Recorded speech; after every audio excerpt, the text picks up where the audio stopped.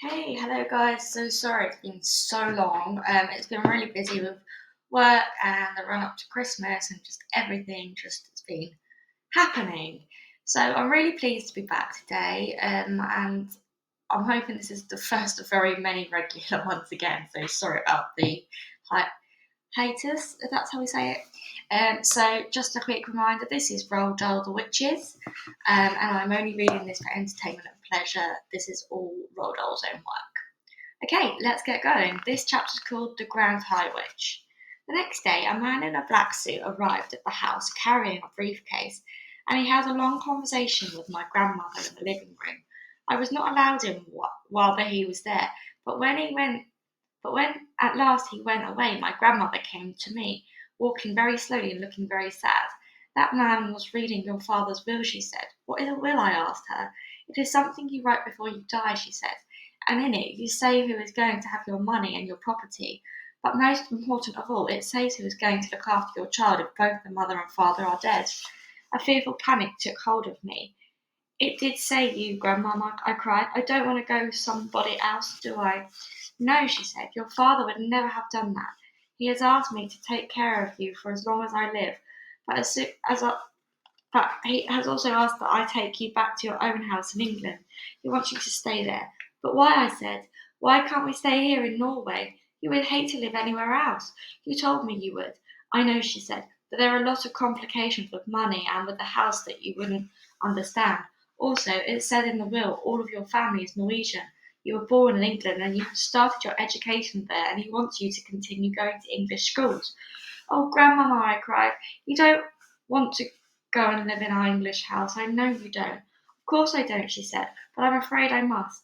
The will said that your mother felt the same way about it, and it is important to respect the wishes of your parents.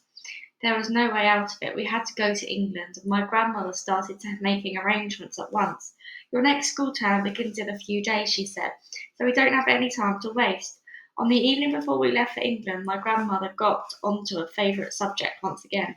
There are not as many witches in England as there are in Norway, she said. I'm sure I won't meet one, I said.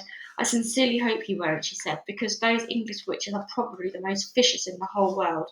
As she sat there smoking her foul cigar, talking away, I kept looking at the hand with the missing thumb. I couldn't help it. I was fascinated by it, and I kept wondering what awful things had happened in that time when she had met a witch. It must have been something absolutely appalling and gruesome, otherwise she would have told me about it. Maybe the thumb had been twisted off, or perhaps she had been forced to jam her thumb down the spout of a boiling kettle until it was steamed away, or did someone pull it out of her hand like a tooth? I couldn't help trying to guess. Tell me what those English witches do, Grandma, I said. Well, she said, sucking away at her stinking cigar, their favourite ruse is to mix up powder that will turn a child into some creature or other will, that all grown-ups hate. What sort of creature, Grandma? Often it's a slug, she said. A slug is one of their favourites. Then the grown-ups step on the slug and squish it without knowing it's a child. That's perfectly beastly, I cried. Or it might be a flea, my grandmother said. They might turn you into a flea, and without realising what she was doing, your own grandmother would let out the flea powder, and then it's goodbye you. You're making me nervous, Grandmama. I don't think I want to go back to England. I've known English witches, she went on, who have turned children into pheasants and sneaked the pheasants off into the woods the very day before the pheasant shooting season opened. Ouch, I said. So they got shot? Yes, of course they got shot, she said, and they plucked and roasted and eaten for supper. I picked myself as a pheasant flying frantically over the men with guns swerving and dipping as the guns exploded below me. Yes, my grandmother said, it gives the English witches great pleasure to stand back and watch the grown-ups doing away with their children. I really don't want to go to England, Grandmama. Of course you don't, she said, nor do I, but I'm afraid we have got to go. Are witches different in every country? I asked. Completely different, my grandmother said, but I don't know much about other countries. Don't you even know about America? I asked. Not really, she answered, although I have heard that it said that over there the witches are able to make the grown-ups eat their own children. Never, I cried. Oh no, Grandmama, that couldn't be true. I don't know whether it's true or not, she said. It's only a rumour I've heard. But how could they possibly make them eat their own children? I asked. "By turning them into hot dogs," she said.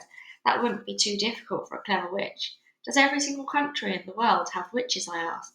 "Wherever you find people, you find witches," my grandmother said. "There is a secret society of witches in every country." "And do they all know one another, Grandmama?" "They do not," she said. "A witch only knows the witches in her own country. She is strictly forbidden to communicate with any foreign witches. But an English witch, for example, will know all the other witches in England. They are all friends. They ring each other up, and they swap deadly recipes. Goodness knows what else they talk about. I hate to think." I sat on the floor watching my grandmother. She put her cigar stub in the ashtray and folded her hands across her stomach. "Once a year," she went on, "the witches of each separate country hold their own secret meeting. They all get together in one place to receive a lecture from the Grand High Witch of all the world." "From who?" I said. "She is the ruler of them all," my grandmother said. "She is powerful. She is without mercy. All of the other witches are petrified of her. They see her only once a year, at their annual meeting. She goes there to whip up excitement and enthusiasm, and to give orders. The Grand High Witch travels from country to country, attending these annual meetings." "Where do they actually have these meetings, Grandma?" "There are all sorts of rumours," my grandmother answered. "I have heard it said that they just book into a hotel like any other group of women who are holding a meeting. I have also heard it said that some very peculiar things go on in the hotels they stay in. It is rumoured that the beds are never slept in, that there are burn marks on the bedroom carpets, that toads are discovered in bathtubs, and that down in the kitchen the cook once found a baby crocodile swimming in his saucepan soup."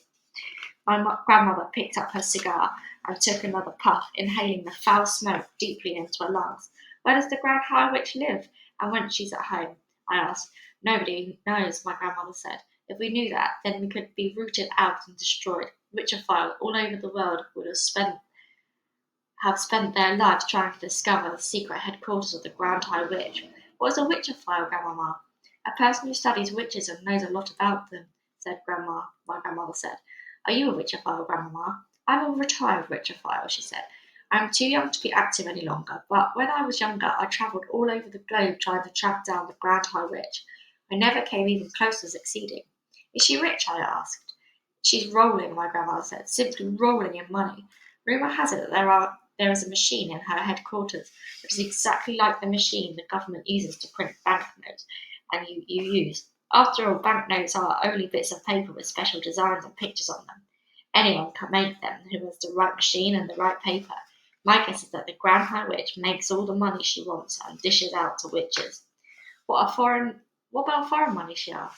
I asked. Those machines can make Chinese money if you want them to," my grandmother said. "It's only a question of pressing the right button." "But, Grandmama," I said, "if nobody has ever seen the Grand High Witch, how can you be so sure she exists?" My grandmother gave me a long and very severe look. "Nobody's ever seen the devil," she said, "but we all know he exists." The next morning we sailed for England, and soon I was back in the old family house in Kent, but this time with only my grandmother to look after me. Then the Easter term began, and every weekday I went to school, and everything seemed to have come back to normal again. Now at the bottom of our garden there was an enormous conker tree, and high up in its branches Timmy, my best friend, and I had started to build a magnificent tree house. We were able to work on it only at the weekends, but we were getting along fine. We had begun with the floor, which we built by laying wide planks between two quite far apart branches and nailing them down.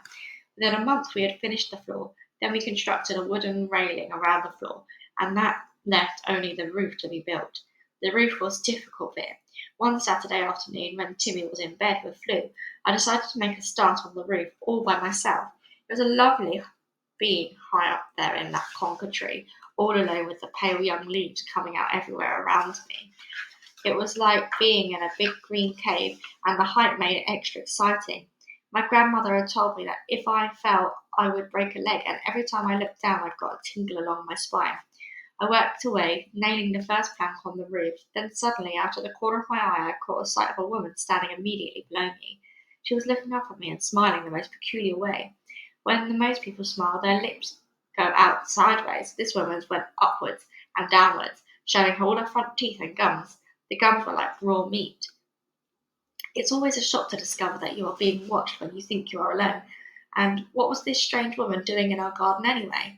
I noticed that she was wearing a small black hat, and she had black gloves on her hands, and the gloves came nearly up to her elbows. Gloves! She was wearing gloves! I froze all over. I have a present for you, she said, still staring at me, still smiling, still showing her teeth and gums. I didn't answer. Come down out of that tree, little boy, she said, and I shall give you the most exciting present you've ever had. Her voice had a curious rasping quality. It made a sort of metallic sound, as though her throat was full of drawing pins. Without taking her eyes from my face, she very slowly put one of those gloved hands into her purse and drew out a small green snake. She held it up for me to see. It's tame, she said. The snake began to coil itself around her forearm. It was brilliant green. If you come down here, I shall give him to you, she said. Oh, Grandmama, I thought, come and help me. Then I panicked. I dropped the hammer and shot up that enormous tree like a monkey. I didn't stop until I was as high as I could possibly go, and there I stayed, quivering with fear. I couldn't see the woman now. There were layers and layers of leaves between her and me. I stayed up there for hours and I kept very still. It began to grow dark. At last I heard my grandmother calling my name. I'm up here, I shouted back. Come down at once, she called. It's past your supper time. Grandmama, I shouted, has that woman gone? What woman? My grandmother called back. The woman in black gloves. There was a silence from below. It was a silence of somebody with stunned to speak. Grandmama, I shouted, has she gone? Yes, my grandmother answered at last. She's gone. I'm here, darling. I'll look after you. You can come down now. I climbed down. I was trembling. My grandmother enfolded me in her arms. I've seen a witch, I said. Come inside, she said. You'll be all right with me. She led into the house and gave me a cup of hot cocoa with lots of sugar in it. Tell me everything, she said. I told her. By the time I'd finished, it was grandmother who was trembling. Her face was ashy grey, and I saw her face down at the hands of her head. I saw her glance down at that hand of hers and didn't have a thumb. You know what this means, she said. It means there is one of them in our district. From now on, I'm not letting you walk alone to school. Do you think she could be after me, especially? I asked. No, she said. I doubt that. One child is as good as any other to those creatures. It's hardly surprising that after that I became a very witch-conscious little boy. If I'd happened to be alone on the road and saw a woman approaching who was wearing gloves, I would quickly skip across to the other side. And as the weather remained pretty cold during the whole of that month, nearly everybody was wearing gloves. Curiously enough, I never saw the woman with the green snake again. That was my first witch, but it wasn't my last. Okay, guys, I'm going to stop there. Thank you so much for listening. Sorry again about the long pause. The next one's called Summer Holidays, but I'm going to save that for later. Thank you again for listening, and goodbye.